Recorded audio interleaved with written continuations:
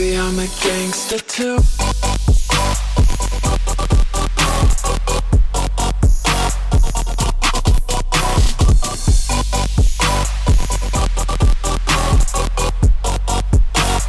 Baby, I'm a gangster too.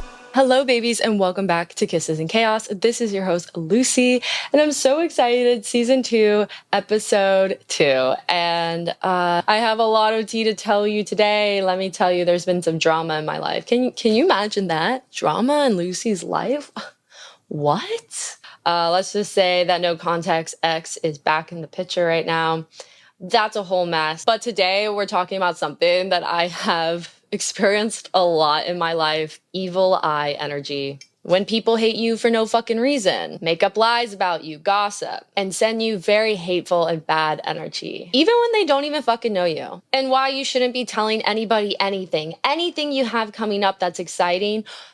You should not be telling fucking, honestly, anybody. Maybe your best friend, but you don't even know then, honestly. You don't even know if your own family is not going to give you evil eye. It's very intense. You really have to know and trust somebody, but I have been wrong before, and I'm sure we all have. And I'm going to tell you guys how to spiritually protect your peace, because Lord knows the amount of evil eye that comes my way and the amount of stories people make up about me. It's actually fucking insane. Not everybody that is in your corner or smiles at you or seems excited wants you to win. And your glow will irritate the unhealed and insecure. We're going to be talking about it all today, so get your glass of wine because I got a mega pint and let's get started. The reason why I decided to write this episode is obviously coming from my drama right now with No Contact. Let me give you guys the story. Obviously, if you guys listened to the last episode, you know we broke up, and if you listened to the season before, you know basically it was all about our back and forth relationship and figuring all that shit out.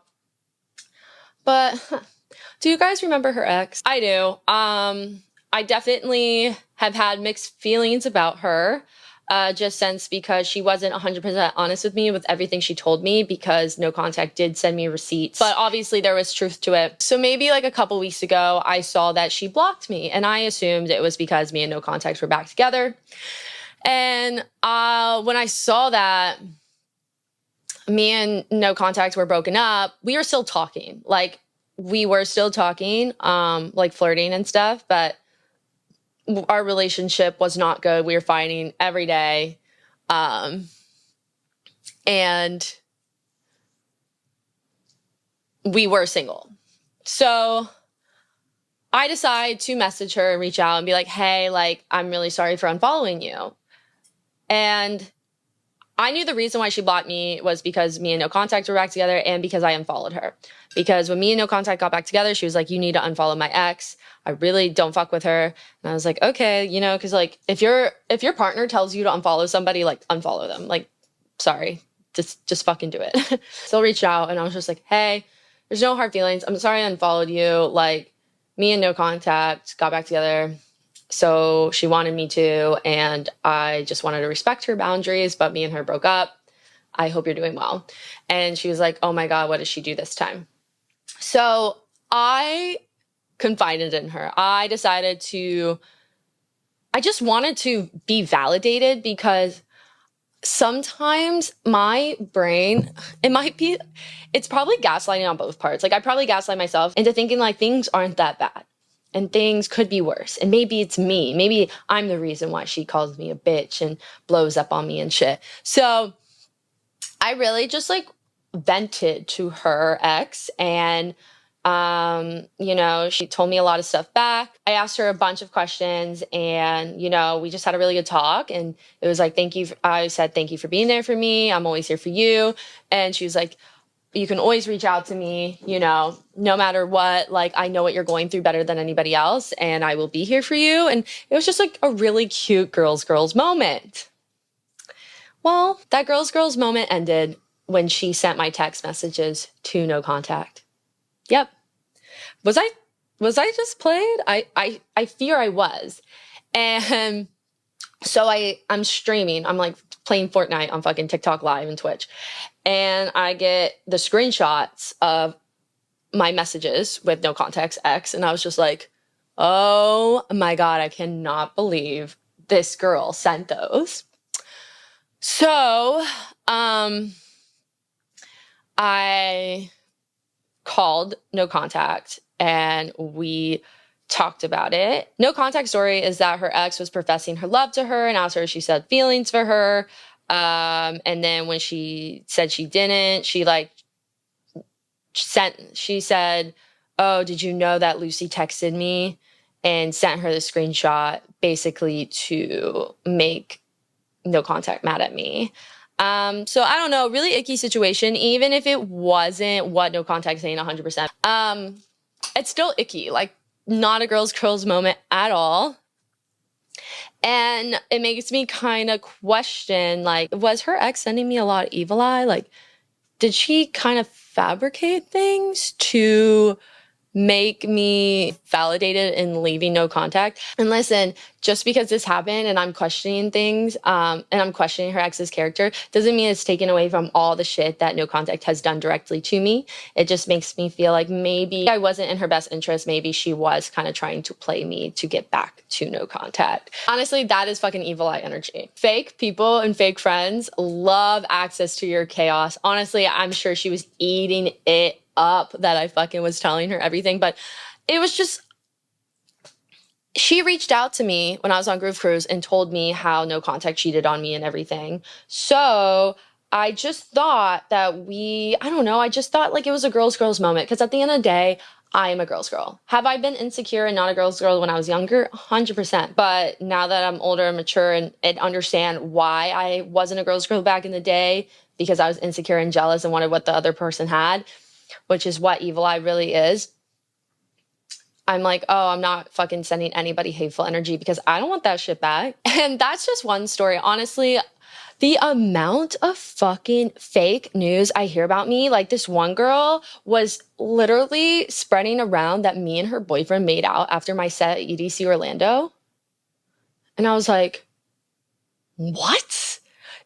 And that's not the first time some girl has said that. And I honestly think it's probably the boyfriends fucking saying that to make them jealous or like seem cool. But like, bitch, I have not made out with your man, nor do I want to. I can promise you that. No. And even one guy, I was playing, like Virginia or something.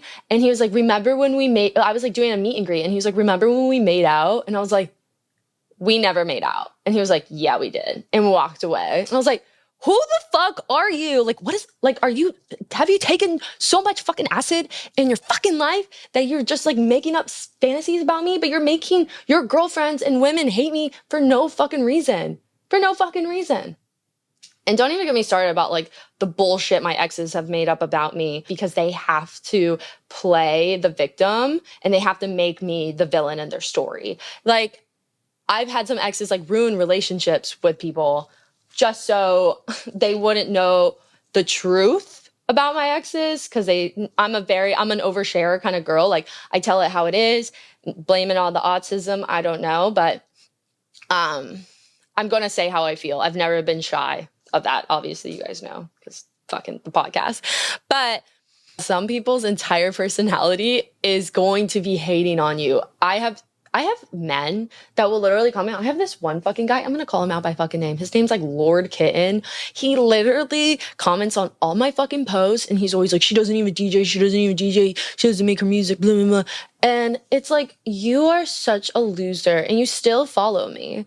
Like, are you just mad that I don't want to fuck you? Like, people will literally, it's so crazy. Like, if you reject someone or they think they can't get you, or if they just simply don't want to like you because of the way you look or what you do, honey, they're sending a shit ton of evil at you on. And oh my God, don't even get me started if they're jealous over you.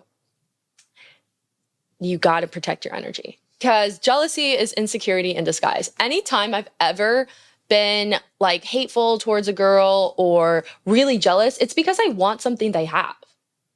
It's because I want something they have. It's not because of who they are as a person. It's because I want what they have, point blank. And I'm insecure that I don't have it.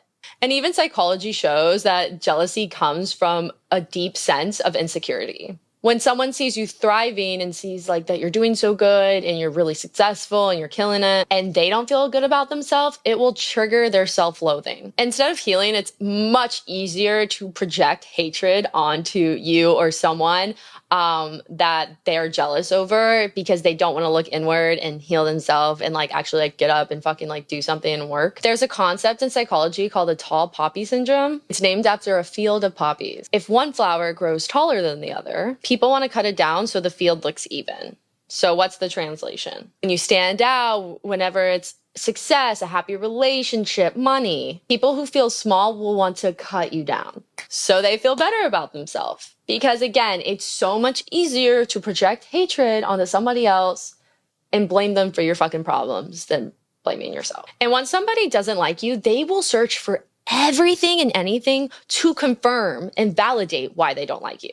Even if it's based on a bunch of fucking lies, like the amount of shit guys I see about me, the amount of girls I'd be like, yeah, she made out with my man, she flirts with my man, like at a meet and greet. I'm like, I was probably just fucking nice. And also, I'm a fucking lesbian. I haven't even ever fucked a guy. And it's like, girl, I'm not gonna pull a fucking Fletcher or JoJo. Like, I have never flirted with a man, nor do I want to, but they will search and search. And then they'll find another girl who either made that up or is like, fuck it, or her fucking weird ass boyfriend said a lie. But they will look for anything and also join a hate train just so they can validate their hatred towards you. If you're nice, you're fake. If you're quiet, you're rude. If you succeed, you must be sleeping your way to the top. Oh, do I have a story about that?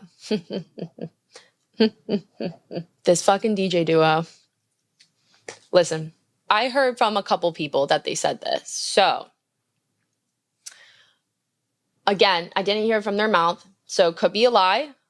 But it's like so many people, and it was also like a very reliable promoter that told my manager at the time, basically said that I was sleeping with the label owner, who was also a very big DJ, who was a man. And that's why I was being put on the label. And that's why I was on more shows than them. Because they couldn't fucking handle that I was becoming bigger than them. And that is some fucking gross ass hate. Ugh. But people that don't like you for absolutely no reason will twist any narrative to fix their bias. And listen to me. If somebody wants to believe the worst in you, let them. Go fucking pick up Mel Robinson's book. It's changed my life. At this point, when people say shit about me, bet your ass I might defend myself, but I still know who I am. I still know I'm a good person. So, and I also know I didn't fucking make out with your man. I know I didn't sleep to the fucking top. I know I didn't do this, this, and this. So it's like, okay, you hate me for no reason. Okay, I'll let you go do that. Social psych research actually shows that gossip is a form of bonding. Because honestly, if all the haters are gonna get together, baby, it's a little hate club. Every time someone fucking comments on my shit, something really mean, they follow me. Okay, weird, but thanks for helping the algorithm. You're making the algorithm go up. So thanks, bitch. When people feel insecure, it's a lot easier for them to bond on tearing somebody down instead of making real connections. Haters will love to gossip on you because it makes them feel connected to others and superior in that moment. Like, that's why when you have two people that don't like you, like maybe like two ex-friends, and they like join together, that's like their only connection is hating on you. Like, ew, gross. In many traditions, evil eye is sent through jealousy and resentment. And you can feel that energy. You might feel drained or have social anxiety around some people. And if you're wondering if you've been hit with a lot of evil eye, you'll fucking know. Your exciting plans that you told to a bunch of people might be falling apart. I have a story about that. So I had the record deal that I've told you guys about, and the ones that dropped me for Kanye West. And I told a lot of people about that. I was 23. I was stoked. I was like, I got a fucking record label, baby. Like, oh my God, you know, I'm going to be a fucking, like, they wanted to make me into like a marshmallow. So I was like, oh my God, I'm going to be massive, you know? And I told a lot of people, and it all fell apart. And I had a lot of people hating on me during that time. And I felt so drained and so depressed. Like, I was like the most depressed I've ever been in my life. and I wasn't taking care of my energy. And I did all of this before the papers were signed, right? So I was telling everybody, yeah, I got a record deal because I technically did, right? But then they dropped me in the trial period. When you share exciting plans too early, you're exposing it to a lot of people's energy. And if they respond with negativity, doubt, or envy, it can block your own energy and momentum. And listen, I know you guys want to tell all your friends about some really exciting stuff that's happening, but not all friends want to see you succeed. Some friends can't handle your success, and they will unconsciously send you very, very bad evil eye and energy. You really have to be very nitpicky on who you tell exciting things to. I had this opportunity to collab with an artist that I have loved for many, many years, and it wasn't set in stone yet. You know, like I didn't have his vocals. I literally told almost nobody except for my best friend in the motherfucking world, who we know each other's soul, and we both want the best for each other. Like I can feel her soul and she can feel mine. Like we're soul ties. But no one else I told. And I love my other friends like so goddamn much. But I've since all this bad shit happened to me with like the record deal and other shit that I talked about. Yeah, I was like, I'm fucking not telling anybody. And it happened, and it's going to come out soon. Trust me, you want to move in silence and then pop out in success. Some blessings are meant to bloom in private. So don't tell anybody your fucking plans, especially if they're not set in stone. Don't overshare online. Like me. Don't vent to people you haven't vented to. Do you guys remember the fake friends episode? I told this girl, I was like crying to her in her fucking Jeep, and I was like, please don't tell anyone. She told everyone a secret that I was very insecure about for a very long time that happened to me. You can't just vent to anybody. You have to be very, very cautious on who you share the things that you're going through or the things that you're thinking about, because people in this world do not care about loyalty, especially if they're not somebody that's been with you forever. And even then, I've been fucked over by people I've known forever. That's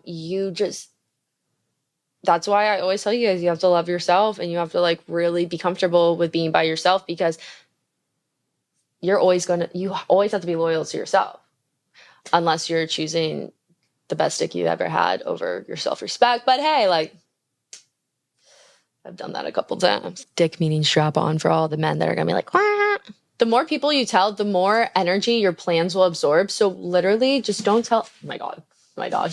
So don't tell anybody until everything is 100% set in stone. If you're wondering like, oh my God, how the fuck do I protect my peace? Baby, it's time to get a little woo-woo and a little witchy, okay? You can sage yourself. There's evil eye jewelry. There's crystals that block you from negativity. I think everybody needs to do an egg cleanse at least once a month. And I understand not everyone will resonate with this. Not everyone is going to be into energy or be into like witchy or more spiritual things like me. So if none of this resonates with you, then bitch, don't tell anybody your motherfucking plans, okay? And only say things when shit is set in stone, and don't overshare, and just be very selective with who you share your energy with.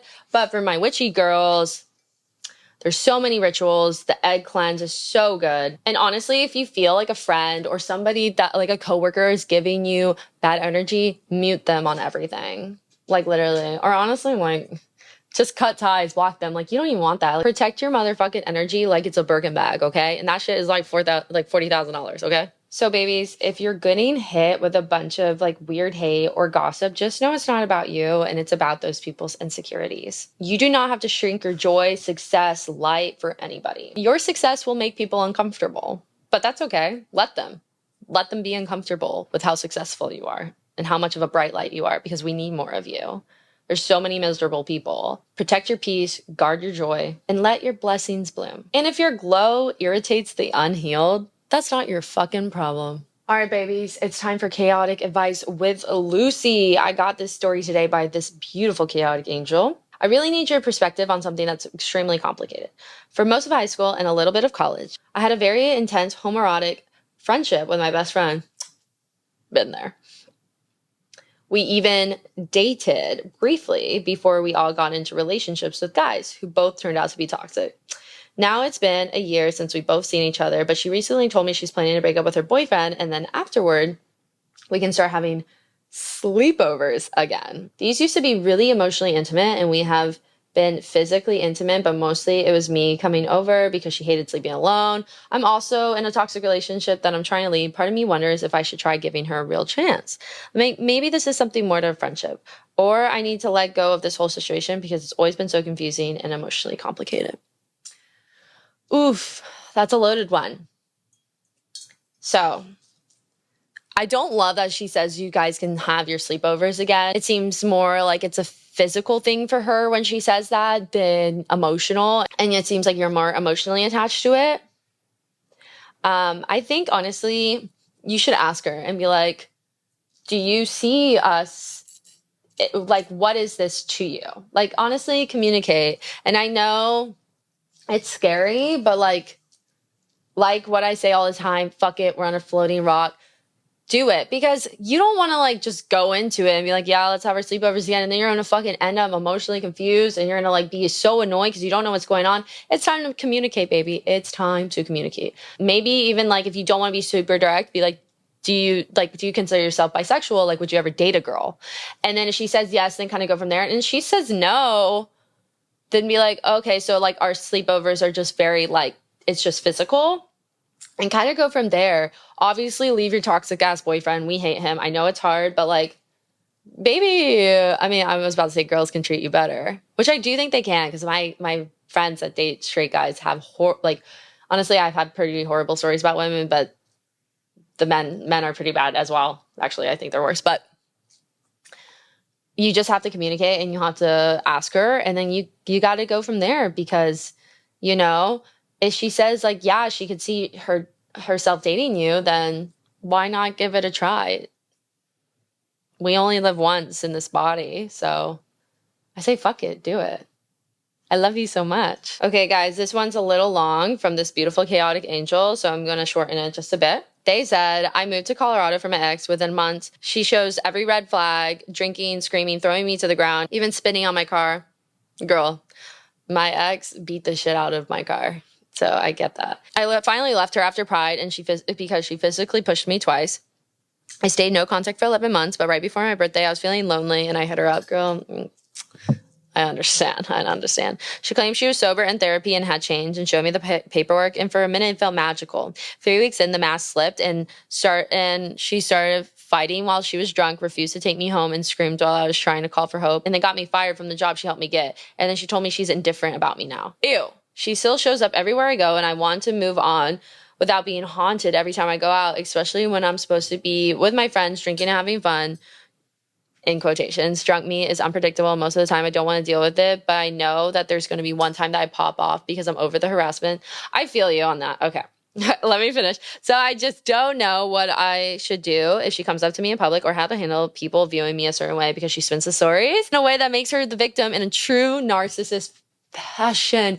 Baby girl, you're speaking to the choir. I hope you have a glass of wine. Okay. Narcissists will do this thing where they will push you so far mentally, and then when you freak out or lash out, they'll look at you and be like, wow, you're so fucking crazy. And they will either record you, or they'll make sure it's around people, so that will help their story that you're the crazy one.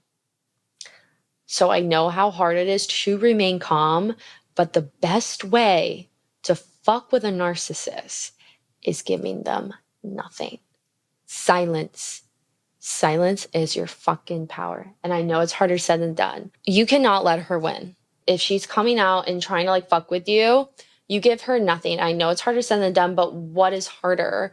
You lashing out, and then her basically whoever's around that will confirm her story to her and to them, or giving her absolutely nothing, and then she kind of looks like an idiot. Don't we want to let's fuck up her ego. Fuck that bitch. We're going to fuck up her ego. Then you just give her nothing, and I promise you it will break her, and she will go on to her next victim. I promise you, giving them nothing, it's the best revenge. I love you so much, my chaotic angels. This was another episode of Kisses and Chaos. Don't forget to like, subscribe, comment, and rate the pod on Spotify and Apple. By the way, I'm meeting one of the girls that I'm talking to, you know, because like I'm having my little summer fling. You never know where it'll go, okay? I'm like, in the words of Ethel Kane, if it's meant to be, it will be. So that's how I'm going. But I'm meeting her because I'm filming this week. I'm filming this episode before because I'm about to go to LA for a week. So yeah, I'm going to meet her. And I think I kind of like her. No, I do like her. But I want hot girl summer. I want hot girl summer. There's supposed to be single summer. So, but hey, as long as it's not no contact, I feel like we're all good here. But anyways, I love you guys so much. Bye. Baby, I'm a gangster too.